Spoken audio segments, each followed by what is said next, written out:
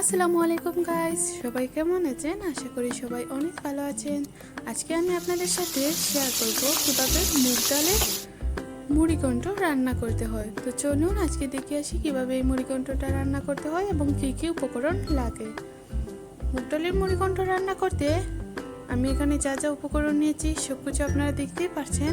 তো এখানে আমি এর জন্য নিয়ে নিয়েছি রসুন, এটা হলো 1 টেবিল চামচ রসুন, 1 কাপ পেঁয়াজ এবং 1 চামচ হলুদ, 1 চামচ জিরা, 1 চামচ মরিচ এবং 1 চামচ ধনিয়া পাউডার।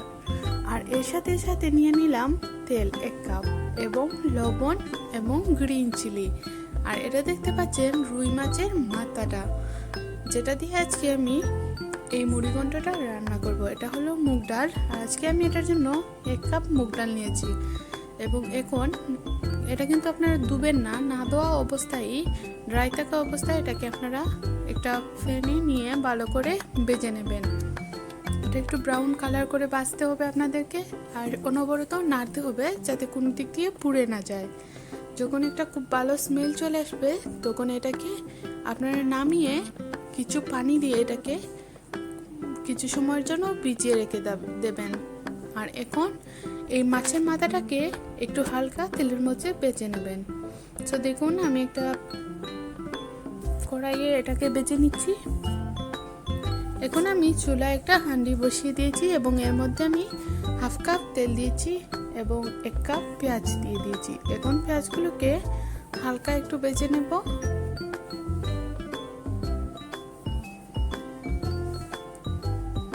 আর এই অবস্থায় মাছটাও আমার হয়ে গেছে, তো মাছটাকে আমি নামিয়ে নিয়েছি। আর এদিকে আমি পেঁয়াজটাও ব্রাউন কালারটা চলে আসছে, সো আমি রসুন দিয়ে দিলাম। এখন সব স্পাইসগুলোও দিয়ে দিচ্ছি। সব স্পাইসগুলো আপনারা একসাথে দিয়ে দেবেন, দিয়ে একটু হালকা এইটাকে বেজে নেবেন। দেখুন এটা কিন্তু প্রায় ভাজাটা হয়ে গেছে। এরকম অবস্থায় আমি হালকা জল মিশাবো এটার মধ্যে, আর অনবরত নাড়তে হবে, না হলে কিন্তু পুড়ে যেতে পারে। দেখুন আমার জল দেওয়ার পরে এরকম একটা মশলাটা তৈরি হয়ে গেছে। মশলাটাকে আমি খুব ভালো করে কষিয়েও নিয়েছি। সো এখন যে ডালগুলো ছিল ডালগুলোকে আমি এটার মধ্যে দিয়ে দেবো। আমি ডালটাকে কিন্তু দিয়ে রেখে দিয়েছিলাম। এখন দেখুন এটাকে আমি একটু নেড়ে ছেড়ে ভালো করে দিয়ে দেব। এখন এটাকে আমি 10 মিনিটের জন্য ঢেকে রেখে দিচ্ছি। এটাকে কিন্তু আপনার এই ডালের মধ্যে কিন্তু অবশ্যই গরম জল ইউজ করবেন, কখনো ঠান্ডা পানি ইউজ করতে যাবেন না, তাহলে কিন্তু ডালটা শক্ত হয়ে যেতে পারে। সো দেখুন আমার ডালটাও মনে হচ্ছে সিদ্ধ হয়ে আসছে। আর আমি কিন্তু এটার মধ্যে সবসময় গরম জল ইউজ করেছি। আবার ডালটাকে কিন্তু বেশি সিদ্ধ করতে যাবেন না, তাহলে কিন্তু ভেঙে যেতে পারে। সো দেখুন আমার ডালটা প্রায় হয়ে আসছে। এখন আমি এই মাছের মাথাটা এটার মধ্যে দিয়ে দেব। আপনারা কিন্তু অবশ্যই বাসায় ট্রাই করবেন, এটা কিন্তু খেতে অসম্ভব টেস্টি একটা কারি। সো অবশ্যই চেষ্টা করবেন সবাই রান্না করতে, এবং একবার অবশ্যই রান্না করে দেখবেন, যদি ভালো না হয় অবশ্যই বলবেন। আমার বিশ্বাস এটা আপনাদের অবশ্যই পছন্দ হবে। তো এখন আমি এটাকে ঢেকে রেখে দিয়েছিলাম 5 মিনিটের জন্য।